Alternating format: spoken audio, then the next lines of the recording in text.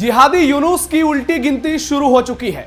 बांग्लादेश में एक बार फिर से जबरदस्त सियासी हलचल है, क्योंकि बांग्लादेश की पूर्व पीएम खालिदा जिया के बेटे और बांग्लादेश नेशनलिस्ट पार्टी यानी बीएनपी के कार्यवाहक अध्यक्ष तारिक रहमान करीब 2 दशक बाद वापस बांग्लादेश लौट रहे हैं। और ये खबरें तेजी से फैलने लगी है कि फरवरी में होने वाले चुनाव से पहले बीएनपी तारिक रहमान को अपना प्रधानमंत्री उम्मीदवार घोषित करने वाली है। जानकारी के मुताबिक पार्टी के भीतर संभावनाओं पर गंभीरता से विचार चल रहा है। हालांकि अंतिम फैसला पार्टी अध्यक्ष बेगम खालिदा जिया को ही लेना है, जो इस वक्त हॉस्पिटल में भर्ती हैं।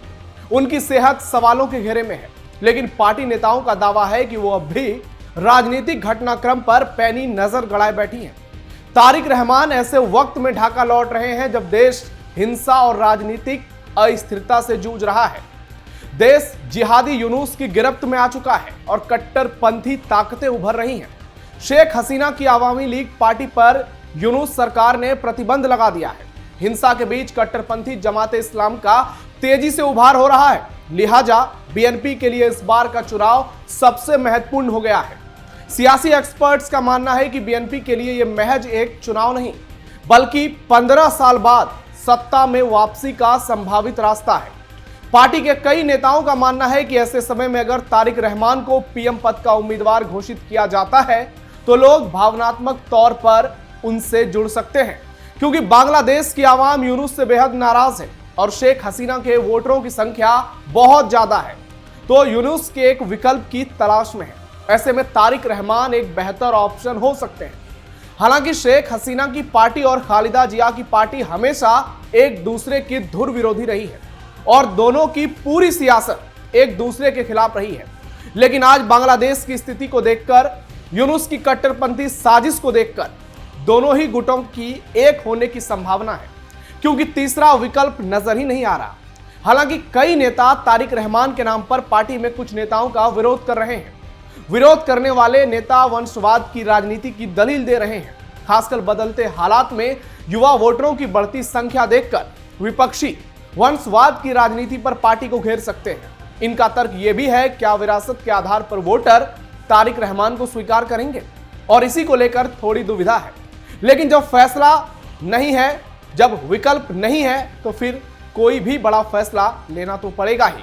नमस्कार, टर्निंग पॉइंट में आपका स्वागत है। मैं हूं आपके साथ नवेंदु शेखर झा, और आज के टर्निंग पॉइंट में बात करेंगे बांग्लादेश में बदलते सियासी समीकरणों की और यूनुस की विदाई की उल्टी गिनती की। बांग्लादेश में यूनुस की विदाई का काउंटडाउन शुरू हो गया है। वीडियो बहुत शानदार होगी, लास्ट तक जुड़े रहिएगा। बांग्लादेश में बड़ा खेल होने जा रहा है। जिहादी यूनुस की विदाई नजदीक आ रही है।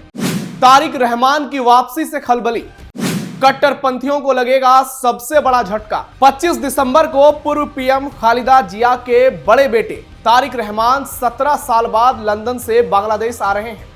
60 साल के तारिक को बांग्लादेश में क्राउन प्रिंस कहा जाता है। वे बांग्लादेश नेशनलिस्ट पार्टी यानी बीएनपी के कार्यवाहक अध्यक्ष हैं और फरवरी 2026 के आम चुनाव में पार्टी की कमान संभालने वाले भी हैं। तारिक रहमान का जन्म 1965 में हुआ, जब बांग्लादेश पूर्वी पाकिस्तान था। 1971 के मुक्ति संग्राम के दौरान उन्हें एक बच्चे के तौर पर कुछ समय के लिए हिरासत में लिया गया। बीएनपी उन्हें सबसे कम उम्र के युद्धबंदी के रूप में पेश करती है। उनके पिता तत्कालीन सेना प्रमुख जियाउर रहमान 1975 के तख्ता पलट के बाद सत्ता में उभरे थे। इसी तख्ता पलट में शेख हसीना के पिता और राष्ट्रपिता शेख मुजीबुर रहमान की हत्या हुई थी। इसी घटना ने जिया और हसीना परिवारों के बीच दशकों से चली आ रही दुश्मनी को जन्म दे दिया, जिसे बांग्लादेश में बैटल ऑफ द बेगम्स कहा जाता है। जियाउर रहमान 1977 से 1981 तक बांग्लादेश के राष्ट्रपति रहे। उन्होंने बीएनपी की स्थापना की, लेकिन 1981 में चटगांव में एक सैन्य विद्रोह में उनकी हत्या कर दी गई। उसके बाद उनकी पत्नी खालिदा जिया पार्टी की उन्होंने कमान संभाली और 3 बार वो बांग्लादेश की पीएम बनी। 1991 से 96, फिर 1996 में दूसरी बार और तीसरी बार 2001 से 6। तारिक उनके बड़े बेटे हैं। छोटे बेटे अराफात रहमान कोको का 2015 में थाईलैंड में दिल का दौरा पड़ने से निधन हो गया था। तारिक की पत्नी जुबैदा रहमान और बेटी जैमा रहमान उनके साथ लंदन में रहती हैं। और अब तारिक की बांग्लादेश में हो रही वापसी से पूरे बांग्लादेश में खासकर विरोधियों के खेमे में हड़कंप मचा हुआ है। चलिए आपको बताते हैं कि आखिर तारिक रहमान इतने दिनों से लंदन में क्यों छिपे थे और अचानक से उनकी वापसी क्यों हो रही है।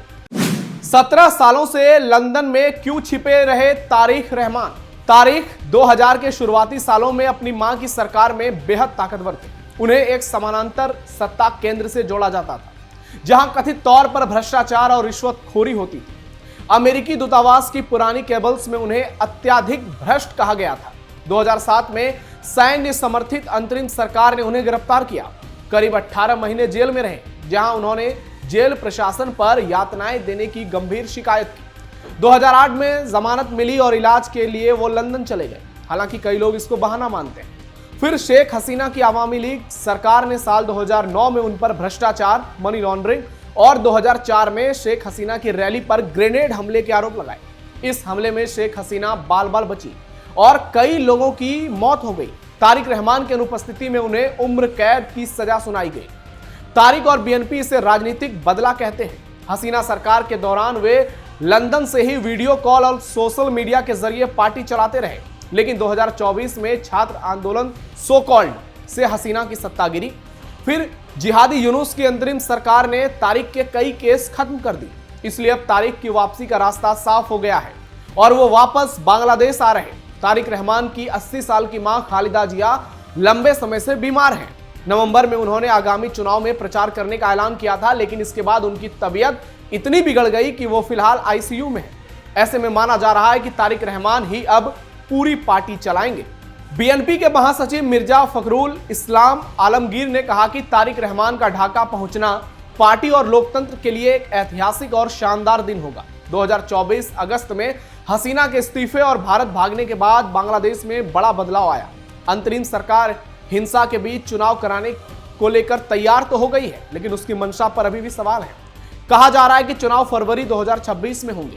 जून 2025 में यूनुस ने लंदन में तारिक रहमान से मुलाकात की थी, जो एक टर्निंग पॉइंट बांग्लादेश की सियासत में कहा गया।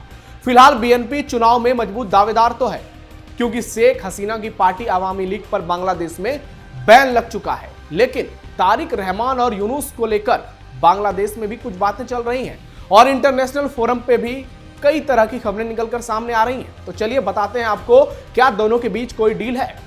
तारिक रहमान की वापसी से भारत पर असर।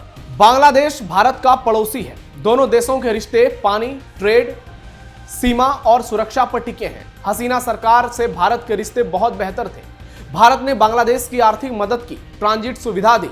हसीना ने भी उग्रवाद रोका, जिसका नतीजा देखने को मिला कि बांग्लादेश दुनिया में तेजी से आगे बढ़ा। लेकिन शेख हसीना के बाद यूनुस ने अपनी जिहादी सोच को सबके सामने परोस दिया। उसी तरह तारिक रहमान को भी एंटी इंडिया माना जाता है। वो कई बार भारत विरोधी बयान दे चुके हैं। उन्होंने कहा था कि न दिल्ली न पिंडी, बांग्लादेश पहले। इसके अलावा वो तीस्ता पानी बंटवारे पर भी भारत से अपना हिस्सा मांगते रहे हैं। हसीना को भारत में शरण देने पर नाराजगी जता चुके हैं। अगर बीएनपी सत्ता में आई तो जमाते इस्लामी जैसे इस्लामिक ग्रुपों से गठजोड़ बढ़ सकता है, इस बात की भी संभावना है। हालांकि इसका दूसरा पहलू हम आगे आपको बताएंगे। कुल मिलाकर कई लोग ये दावा कर रहे हैं कि रहमान भारत विरोधी हैं। हालांकि अभी समीकरण बदलेंगे। सीमा पर सुरक्षा, अवैध प्रवास और उग्रवाद के मुद्दे प्रभावित हो सकते हैं। ट्रेड और कनेक्टिविटी प्रोजेक्ट्स धीमे पड़ सकते हैं। हालांकि तारिक ने हाल में कहा कि भारत से रिश्ते वो सुधारना चाहते हैं और यही बहुत बड़ी टर्निंग पॉइंट है। लेकिन बांग्लादेश के हित पहले हैं। पीएम मोदी ने भी हाल में खालिदा जिया के स्वास्थ्य को लेकर ट्वीट किया था, जो कि एक बहुत बड़ा सियासी संदेश है। हालांकि भारत शेख हसीना का सपोर्टर रहा है और खालिदा जिया शेख हसीना की धुर विरोधी। ऐसे में भारत सतर्क है और अल्पसंख्यक हिंदुओं की सुरक्षा और स्थिरता चाहता है। और हो सकता है कि रहमान की वापसी से माहौल पलट जाए, क्योंकि राजनीति में कभी विचारधारा स्वार्थ से बढ़कर नहीं होती है।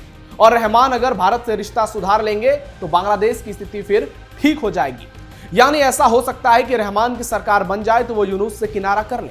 लेकिन अब ये होगा कि नहीं, ये तो वक्त बताएगा। लेकिन फिलहाल ये बातें चल रही हैं कि अगर तारिक रहमान सत्ता में आते हैं तो भारत के साथ बांग्लादेश के संबंध पहले से बेहतर हो सकते हैं। और अगर ऐसा होता है तो निश्चित तौर पर कट्टरपंथियों को एक बड़ा झटका लगेगा, क्योंकि सियासत में विचारधारा कभी एक समान नहीं रहती है। और भारत में ही अगर उसका उदाहरण आपको लेना है तो आप लालू नीतीश का ले सकते हैं, बीजेपी पीडीपी का ले सकते हैं। पाकिस्तान में लेना है तो भुट्टो और जरदारी परिवार का ले सकते हैं।